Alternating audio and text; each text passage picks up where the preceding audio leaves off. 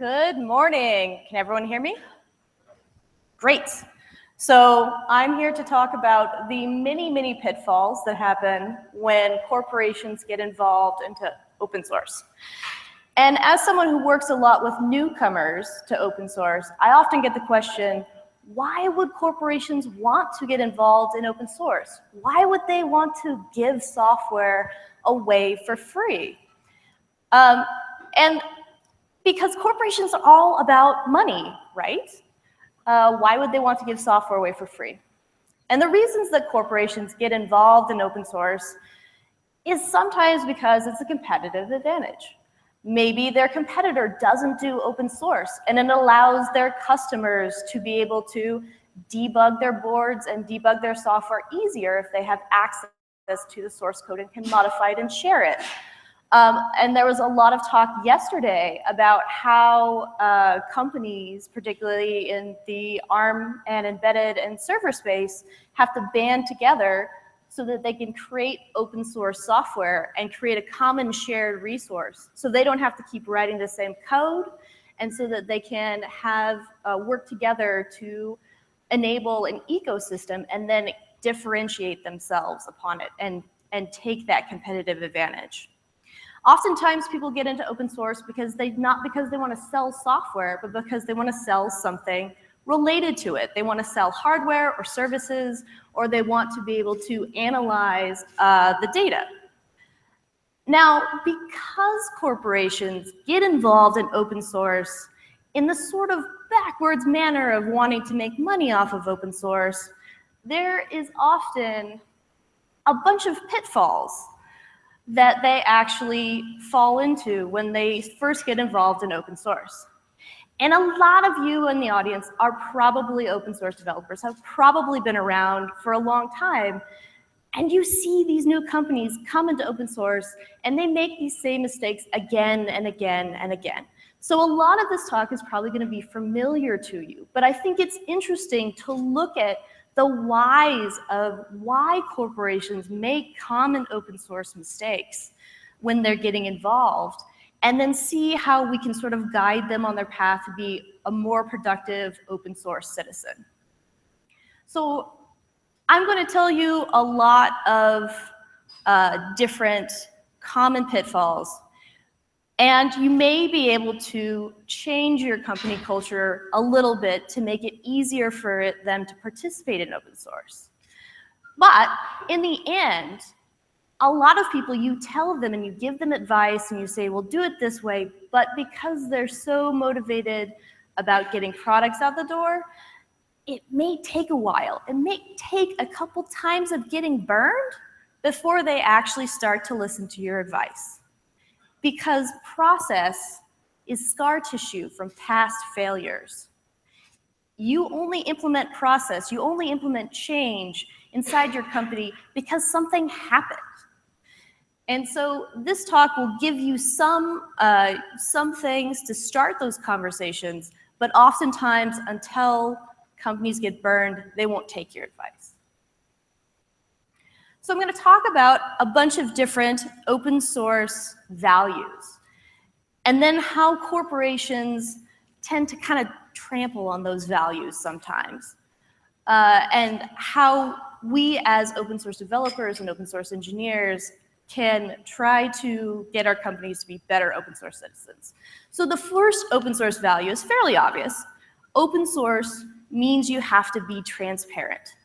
And some companies, when they start out in open source, are terrified of working in public.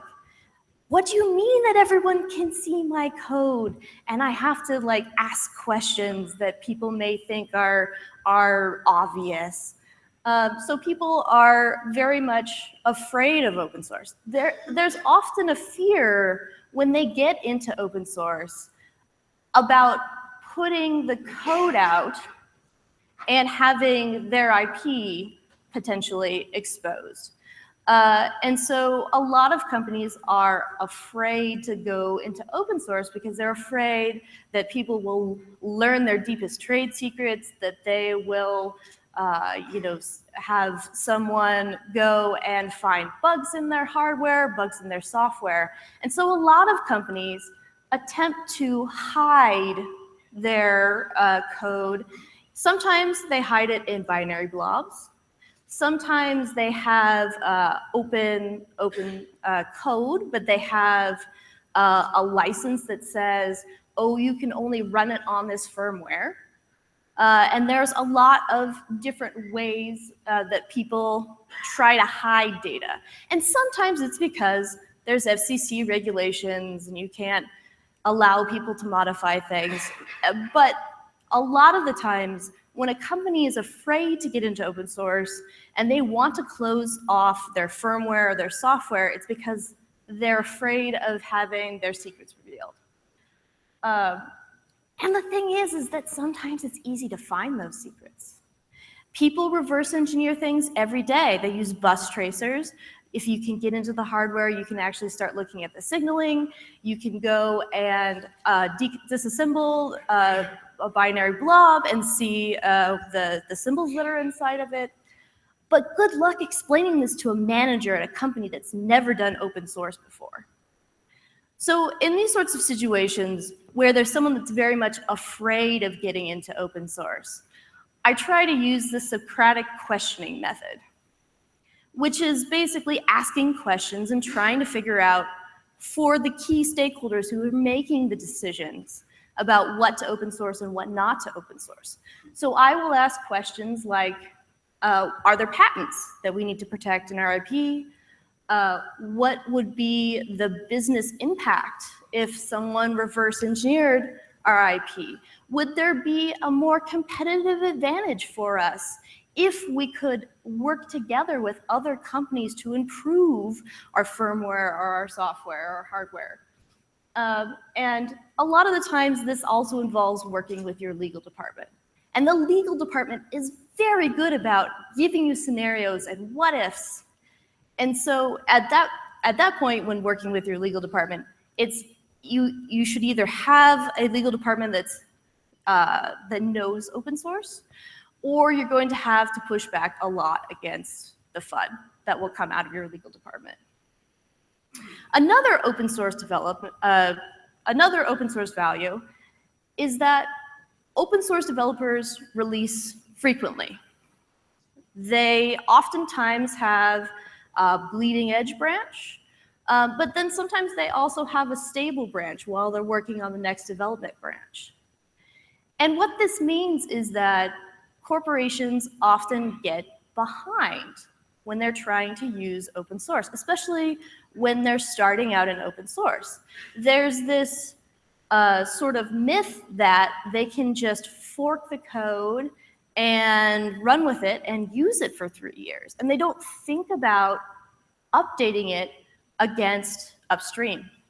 And then they'll also go and they'll build upon that code. You know, they'll say, oh, well, you know, we've got a board and it needs, you know, a couple patches against the kernel.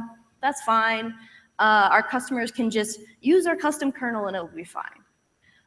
But what they don't realize is that when every single hardware vendor thinks that way, then it piles a mountain of technical debt onto that customer. And it means that it's harder to update. It's harder to get a secure system. And it's harder to maintain those systems. And it costs your customers time and money to do that. And so it takes a long time for companies to figure out, no, I can't just fork this open source code and modify it. I also need to get my changes upstream.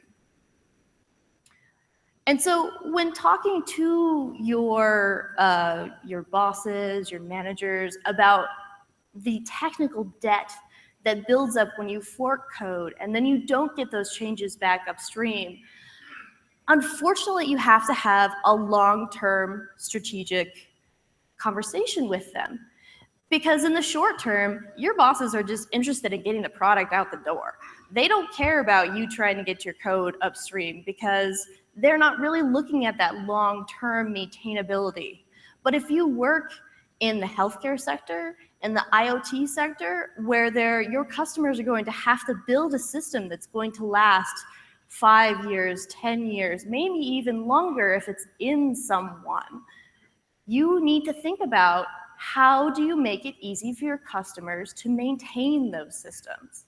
And so you need to have a conversation that would say, okay, it's going to take me X amount of hours to get this upstream, but then we will be able to provide more secure updates to our customers. They'll be able to rebase their code and continue on. And we will save X amount of engineers' time trying to port rebase our changes against the upstream bug fixes and security fixes.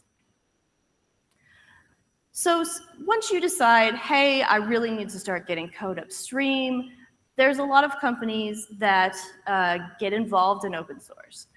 And they get involved, and one of the open source values is collaboration.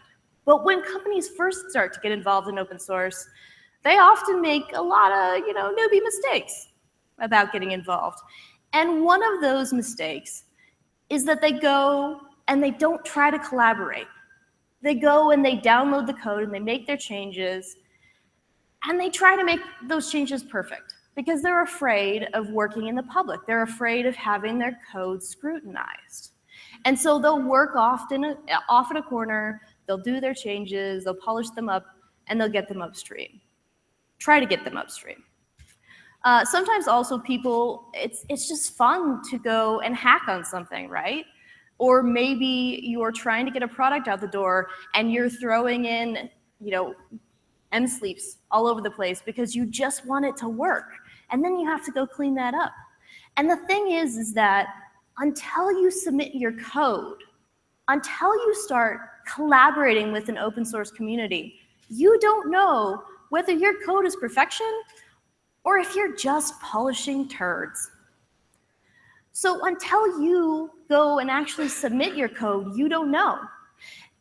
And then once you do, oftentimes the companies that first get started in open source, you make those contributions, you don't know the community norms, you don't know what the community sees as maintainable. And so your first submissions into open source are going to require some rewrites. But what if instead you started sooner? What if you started collaborating and talking and conversing with the open source community, watching the mailing list, seeing what's good code, what's bad code, before you start to get involved? Another open source value, as I mentioned, is that developers define the product direction, and they also define what's maintainable, what new features they'd like to see, and how those features should be implemented. And if you come from a company where there's this sort of top-down waterfall model, where a marketing engineer says, hey, we need this new feature, 6LoWPAN over Bluetooth is really popular now, let's make sure that our board supports that. And a bunch of architects get involved and they do some whiteboarding and decide how to do something. Maybe it gets passed off to a junior developer to actually code, and then you package it up and release it. There's this waterfall model where there are different people involved in defining the product direction than the people who are actually doing the coding.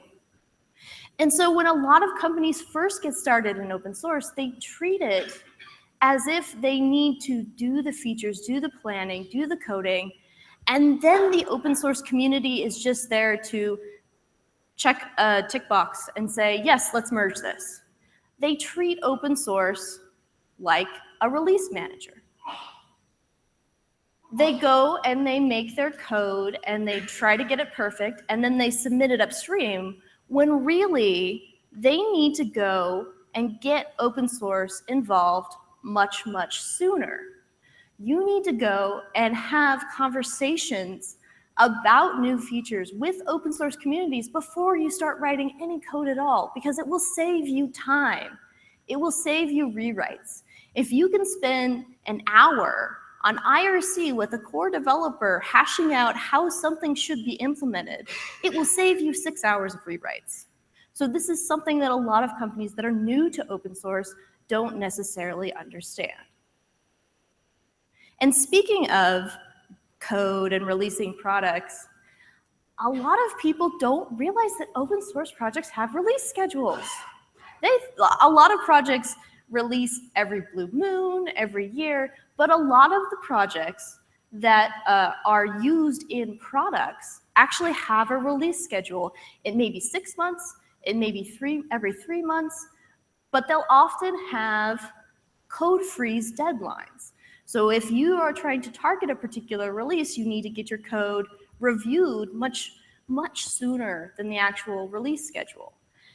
And a lot of companies that get involved in open source and start to build their strategy around having their source in upstream, a lot of their product managers don't understand this. And so they will come to engineers and say, oh my God, we need to release right now, because they think that releasing the code, publishing the code, makes it done. And this is one of my personal pet peeves. It's not done until it's merged. It's not done, and even then it's not done until that release is out, until that final stable release is out. So you need to try to explain to product managers. And a lot of them don't understand that their fire, their emergency, is not the open source community's concern. So the open source community prides itself on trying to be vendor agnostic. And this is because the truth of the matter is a lot of open source developers know that they're going to be in this industry for a very long time. And they may not work for one particular company for their whole career. And so because they're collaborating with many different engineers from many different companies, they can't be seen as favoring one vendor over another.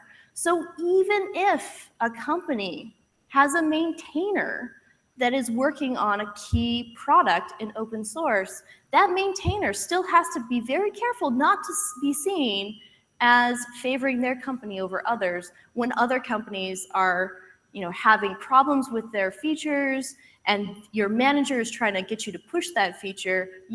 Maintainers will often push back and say, no, it's too buggy, I can't get it in this release. And it's very hard for managers to understand that. So when you first get started in open source and you make open source a part of your product strategy, it is important to talk with your PMs, talk with your manager about open source release schedules. For example, I have here one example of trying to make sure that your driver gets into the Ubuntu 16.4 release. What a lot of people don't realize is that you need to figure out, which kernel version that release is going to be going to use, and then you have to work your way backwards and figure out, okay, when do I have to get my code in for review so that I can get it in before the code freeze deadline, and then it will be merged into the Linux kernel. But then there's a stabilization period, and then there'll be a release. So in the end, it's 9 months to try to get a driver in to target a particular Linux distribution. And that is something that your bosses and managers and also your top-level CEOs need to understand. And speaking of getting your contributions in, one of the key things about open source is that they accept contributions from anyone. And this is a very important point, because open source is comprised not just of companies, but of also academics, hobbyists, students, and so anyone should be able to contribute to an open source project. However, there is an increasing trend of companies that want to own open source projects. Maybe it's because they want to get together with some partners and try to collaborate on a strategic goal. And maybe they decide to form a consortium. And some of those consortiums have very interesting governing rules, which means that the board of governors that those people pay to be there gets to decide the project direction, which means that the open source developers themselves may not get to be involved in those decisions. There are also very big companies that have open source projects They might occasionally accept a contribution back, but most of the time they're just working internally on whatever the next release is, and then they throw it over the wall. These particular open source projects, they use an open source license, but they're not open source in spirit. And I tend to call these projects available source, because the companies involved are using open source licenses, but they're not taking contributions back. The source is available, but I can't modify it and give my contributions back. And a lot of companies, this is something that they do. And sometimes it works and sometimes it doesn't. Because when you get together with a group of people to work on a project and you don't allow contributions from anyone, sometimes you get into a groupthink mode. Maybe it means that you're missing marketing opportunities because you don't have the right different kinds of perspectives involved. Maybe it means your code is buggy because you simply don't have enough developers that want to contribute in your little walled garden. And so until you actually get burned by some of these, a lot of companies will continue to do this available source model. So how do we as open source citizens try to convince these companies to try to be better open source citizens and try to open their code up and get more contributions and get more perspective? And unfortunately, if you are part of a company that's involved in these available source projects, applying internal pressure doesn't help unless it comes from the top. And usually the top people are happy because they can own something and they can actually meet their quotas and get credit. And that's very important for people from the top. So having pressure from the inside of a company to change is probably not going to work. There needs to be some sort of outside pressure. Oftentimes, the outside pressure is a product flops because there's not enough market for it, or other companies go off and form their own group that's more open that they can collaborate in. Maybe they get a bunch of bad press because their customers have to deal with this code that's thrown over the wall, and then they can't get their contributions back, and their products are buggy. But until you have that outside pressure, a lot of companies are going to continue this available source sort of model. Another open source value is that open source, at least we say in name, open source encourages the best technical solutions. There's a lot of talk of meritocracy and that the best source code wins. Oftentimes, it's actually the person who's the most involved in the community that gets their solution in. It's oftentimes the person who is loudest in the conversation that is able to dominate the conversation that wins with their technical solution. But, and of course, everyone has a different opinion of what the best solution is. And so sometimes when companies get involved in open source and they're frustrated with the current solution, they say, let's just make a new thing. Which means that, especially if you're working in hardware or you're working in the embedded world or you're working in the standards world, sometimes reinventing the wheel is not a good thing. And so a lot of companies will go and they will try to make a new open source project. And they're like, hey, we'll just throw a giant marketing budget behind this. We'll do a bunch of conference talks and we'll get people really excited about it. But the thing is that you will still have to deal with developers evaluating your product. And if your new open source project doesn't meet their needs, they're not going to use it.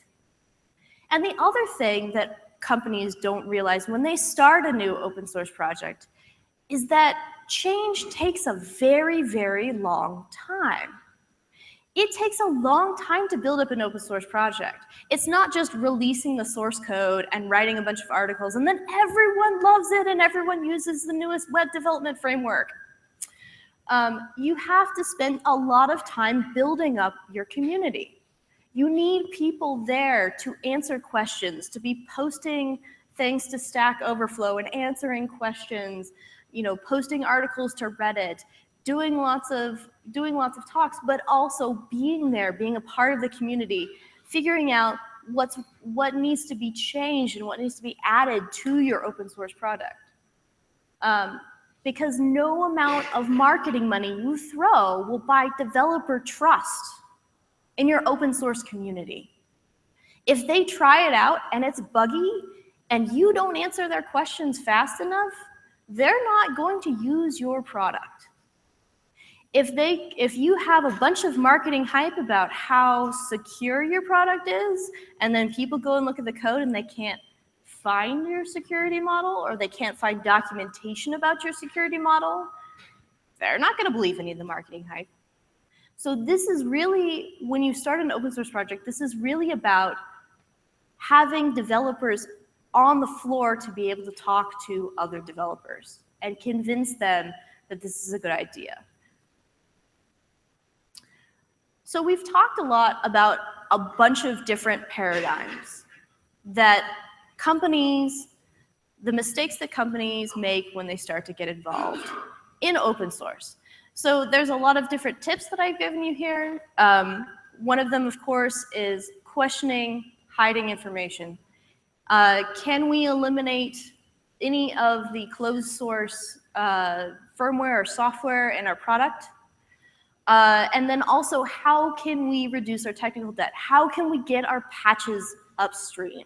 How can I convince my manager that the time I'm going to spend getting those patches upstream is going to save us engineer time in the future when we have to maintain and fix security issues? The other thing is that when you're starting a new feature, you're starting a new board, you need to treat open source maintainers as architects. You need to get them involved in your design discussions as soon as possible. Find the fastest way to communicate with them and find the right people to get involved in that conversation. That means you really have to be a part of those open source communities. And submit your code early and often, because open source projects do have release schedules and you need to get those in. And finally, disruption, especially making a new open source community to replace an old one, takes a very long time and a lot of key engineers on the ground. So thank you very much for listening to my talk. I'm available afterwards to talk as well. I'll also be running the Open Source 101 session. If you liked what you heard, I also do open source training through my company, Otter Technology. Thank you.